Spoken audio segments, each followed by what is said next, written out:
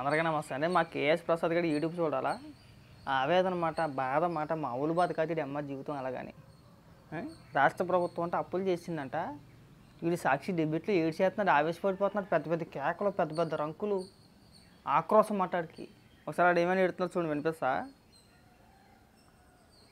ఏట్రా పని తీరాలని చెప్పానండి.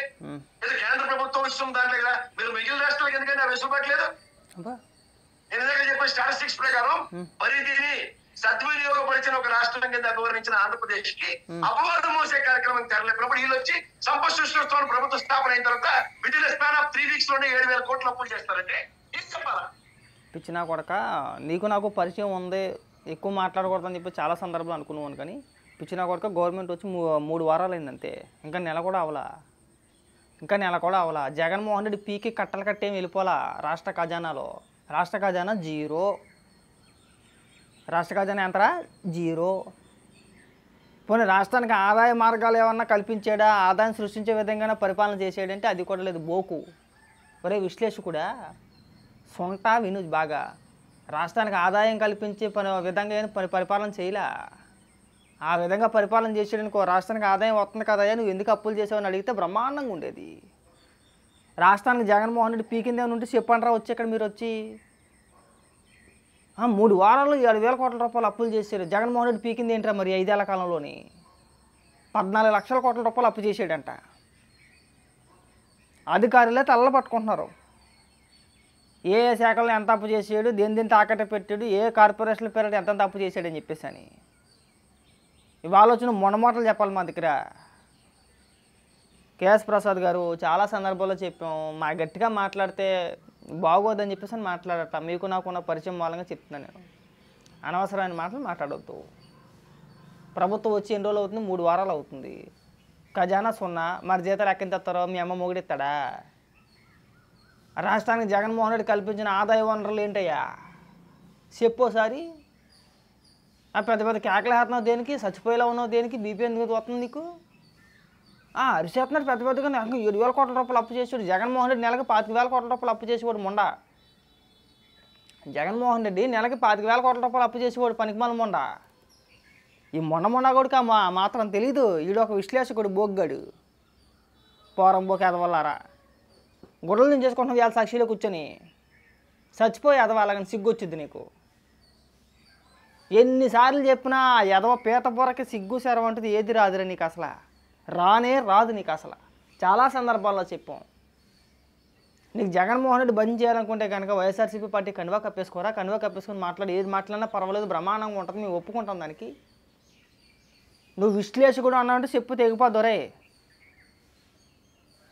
ఇలాంటి బోగ్గాలు అందరూ విశ్లేషకుడు అయిపోరు. ఏ విధంగా విశ్లేషకుడు నువ్వు? గత 5 ఏళ్ల కాలంలో జగన్మోహన్ రెడ్డి అప్పులు చేసినప్పుడు ఏ రోజైనా మాట్లాడేవు నువ్వు? అసలు ఎందుకు అప్పులు చేస్తున్నారని చెప్పేసి ఏ రోజైనా అప్పు అనే పదం మీ నోటంటే వినిపించిందిరా? అసలు ఈ 5 ఏళ్ల కాలం పాటు అప్పు అనే పదం మీ నోటంటే వినిపించిందా? అసలు నువ్వు కానీ, ఆ ఈశ్వరగాడు కానీ, లేదంటే ఆ కారుమూడి వెంకటరెడ్డి కానీ సాక్షిలో రాష్ట్ర ప్రభుత్వం చేసిన అప్పుల గురించి గత 5 ఏళ్ల కాలం పాటు అంటే 2019 నుంచి 2024 వరకు ఒక్క డిబేట్ చూపించంటారు లోపల నా కొడకలరా. ఒక్క డిబేట్ ఒక్కటే. నిన్న మొన్నటిదాకా సాక్షిలోనే చచ్చావు కదా, జగన్మోహన్ రెడ్డి బంద్ చేసావు కదా, ఇప్పుడు నువ్వన్నా మాట్లాడేవేంట్రా అప్పుల గురించి? ఎలక్షన్ కోడ్ ముందు వరకు కూడా జగన్మోహన్ రెడ్డి 25,000 కోట్ల రూపాయల పైన అప్పు చేసాడు ఒక్క నెలకి. జనవరి, ఫిబ్రవరి, మార్చి ఈ 3 నెలల్లో ఒక్కొక్క నెలకి 25,000 కోట్ల రూపాయలు అప్పు చేసాడు. నెలకి 25,000 కోట్ల రూపాయలు. దాని గురించి ఏదైనా మాట్లాడేవా? ఆ కంట్లో ఎట్టేసుకున్నావు ఎవరిదన్నాను? జగన్మోహన్ రెడ్డి ఏమైనా కంట్లో ఎట్టేసుకున్నావా? నోట్లో ఎట్టేసుకున్నావు? లేకపోతే బోరం బొక్క సొంటేతవా అలాగానే. ఇంకా ఏడ్చేస్తున్నాడు చూడండి, ఇంకా ఏమైనా పెట్టినాడు చూస్తాను నేను పెట్టా. అందుకే ఒక సామెత ఉంటుంది సార్, ఆవు గట్టును మేస్తే దూడలు చేయలేదు కదా. కేంద్ర ప్రభుత్వం వరల్డ్ బ్యాంక్ కదా IMF దగ్గర ఇష్టం ఎవ్వరేమో పడిగా అప్పులు చేసుకుని తిరుగుతున్నప్పుడు రాష్ట్ర అపార్ట్మెంట్ లిమిట్ కాకుండా ఇంకేం చేస్తుంది? ఇది మాట్లాడమంటే ఎవరు మాట్లాడరు? నువ్వు ఎప్పుడు మాట్లాడేవరా? 5 ఏళ్ల కాలం నువ్వు ఎప్పుడు మాట్లాడేవరా అంటున్నా. ఈ బొగ్గడి మాట్లాడ్డు. ఈ ఎదవులందరికీ కూడా రాష్ట్ర ప్రభుత్వం గురించి, రాష్ట్రం గురించి, రాష్ట్రంలో ఉన్న ప్రజల గురించి, రాష్ట్ర ప్రభుత్వం చేసే అప్పుల గురించి ఎప్పుడు వచ్చేద్దంటే వీళ్ళకి చంద్రబాబు నాయుడు గారు ముఖ్యమంత్రిగా వచ్చేద్ది. జగన్మోహన్ రెడ్డి ముఖ్యమంత్రిగా ఉండడానికి నా కొడుకులకి అందరికీ ఏమీ గుర్తురావు. జగన్మోహన్ రెడ్డి రాష్ట్రాన్ని అమ్ముకు దొబ్బినా కానీ పర్వాలా. జగన్మోహన్ రెడ్డి రాష్ట్రాన్ని అమ్ముకు దొబ్బినా కానీ ఈ ఎదవలకు పర్వాలేదు. ఎందుకంటే ఈ ఎదవలకు నెల నెల పేమెంట్ వెళ్ళిపోద్ది. ఈ బోకినా కొడుకులు నెల నెల పేమెంట్ చేసుకుంటారు. పేమెంట్ చేసుకొని పిచ్చపిచ్చగా మాట్లాడతారన్నమాట. ఇలా మాట్లాడతారన్నమాట. పోరంబోక ఎదవల్లారా, వచ్చి 3 వారాలు అవుతుందా? ఇంకా నెల కూడా పూర్తి కాలేదా? ఉద్యోగస్తులు జీతాలు పెన్షన్లు గట్రా మీ అమ్మ మొగుళ్ళు ఇస్తారా? మీ అమ్మ మొగుడు సొమ్ము తీసుకొచ్చి వస్తాడా? పోనీ జగన్మోహన్ రెడ్డి ఉంచింది ఎంతరా ఖజానాలో, దాని గురించి చెప్పండి అంటే ఒక్క బోకేదో చెప్పడు.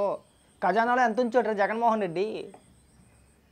దిగిపోయే ముందు జగన్మోహన్ రెడ్డి ఉంచింది ఎంతరా, దాని గురించి చెప్పరు.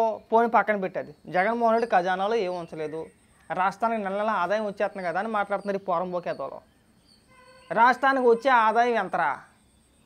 నెల నెల రాష్ట్రానికి వచ్చే ఆదాయం ఎంత కల్పించారు? జగన్మోహన్ రెడ్డి పీకింది ఏమన్నా ఉందా?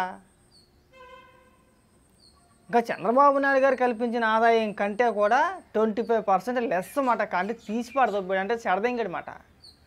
చెడదెంగింది కాకుండా ఇవాళ పెద్ద పెద్ద ఉపన్యాసాలు మీలాంటి బోకేదోళ్ళందరినీ వేసుకొని సాక్షి డిబేట్లో కూర్చోబెట్టి పెద్ద పెద్ద ఉపన్యాసాలు ఎవరికరా మీరు చెప్పేది పాఠాలు? చాలా చక్కగా, చాలా వివరంగా, ఒక్క పదం కూడా అటు ఇటు మాట్లాడుకుంటా వివరంగా చెప్పే ప్రయత్నం చేద్దాం అనుకుంటాం. దాన్ని మీరు నిలబెట్టుకోర్రా. దాన్ని మీరు నిలబెట్టుకోకుండా పెద్ద పెద్ద ఉపన్యాసాలు అయితే చెప్పులు తెగిపోతే నా కొడకలారా ఒక్కొక్కడికి. పోరంబోకి ఎదవలారా, ఒక్క ఎదవకి సిగ్గు శరం ఉండదు. ఒక్క ఎదవ సరిగా మాట్లాడడం చేత కాదు. ఈ లోఫర్ నా కొడుకులు అందరికీ కూడా ఇవాళ గుర్తుకొచ్చేసినాయి. రాష్ట్ర అప్పు అనే పదం మీ నోటంటే 5 ఏళ్ల కాలం పాటు మొట్టమొదటిసారి వింటున్నారా మేము? మొట్టమొదటిసారి మీ నోటి వెంట అప్పు అనే పదాన్ని మేము మొట్టమొదటిసారి వింటున్నాం. రాష్ట్ర ప్రభుత్వం అప్పులు చేసిందనే పదాన్ని మొట్టమొదటిసారి వింటున్నాం. నువ్వు ఎన్నిసార్లు మాట్లాడు కేఎస్ ప్రసాద్ అప్పుల గురించి? రాష్ట్ర ప్రభుత్వం చేసే అప్పుల గురించి నువ్వు ఎన్నిసార్లు మాట్లాడు? జగన్మోహన్ రెడ్డి దొరికిన కాడికల్లా ఆఖరికి విశాఖపట్నం కమిషనర్ ఆఫీస్ కూడా తాకట్టు పెట్టాడు కదా, దాని గురించి డిబేట్ చేసావు, మాట్లాడేవా? తక్కువ లెక్కైతే 14 లక్షల కోట్ల రూపాయలు అప్పు అంచనా ప్రకారం. ఇంకా పూర్తి అధికారికంగా ప్రకటన లేదు కానీ అంచనా మాత్రం 14 లక్షల కోట్ల రూపాయలు. వీడి పంచింది ఎంత అంటే తక్కువ ఈడిస్తే 2,70,000 కోట్ల రూపాయలు. మరి మిగిలిన సొమ్ము ఎవరు తినేసాడరా? మీకు ఇచ్చాడా లేదంటే మీ అమ్మ ముగ్గులకి ఇచ్చాడని దానికి సమాధానం ఉండదు. ఇగో కంట్రోల్గా చాలా కంట్రోల్ చేసుకొని చాలా సందర్భాల్లో అధికారంలో లేకపోయినా అధికారంలోకి వచ్చిన తర్వాత కూడా కేఎస్ ప్రసాద్ నీకు చాలా సందర్భాల్లో చెప్పాం.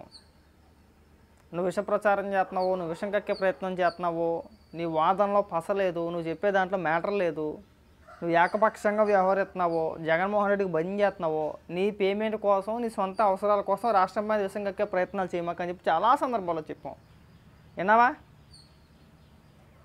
హద్దులు దాటి మితిమీరిన విష ప్రచారం చేస్తే పరిస్థితులు దారుణంగా ఉంటాయి. మేము కూడా అలాగే మాట్లాడాల్సి వస్తాం. నువ్వు అంత ఏడు చేయాల్సిన అవసరం ఏమీ లేదు, అంత ఒక్కెట్టి బాధపడిపోవాల్సిన అవసరం ఏమీ లేదు. రాష్ట్ర ప్రభుత్వానికి తెలుసు ఏం చేయాలి, ఎలా చేయాలి అనేది. నువ్వు అన్నీ మూసుకొని మన పని మనం చేసుకుంటే బ్రహ్మాండంగా ఉంటుంది. ఇక్కడ ప్రతి ఎదవ వచ్చి సలహాలు ఏం చెప్పవసరం ఎవరికో కూడా. ఈ ఎదవలు అందరూ వచ్చి మళ్ళీ మరి పాఠాలు చెప్పడం వాళ్ళందరికీ కూడాను. 5 ఏళ్ల కాలం పాటు నువ్వు ఎక్కడ చెప్పేవారో అప్పుల గురించి అని చెప్పేసి అంటే ఒక్కటి సమాధానం చెప్పడు. పోరంబోకి ఎదవలారా, మీరు ఒక విశ్లేషకులు.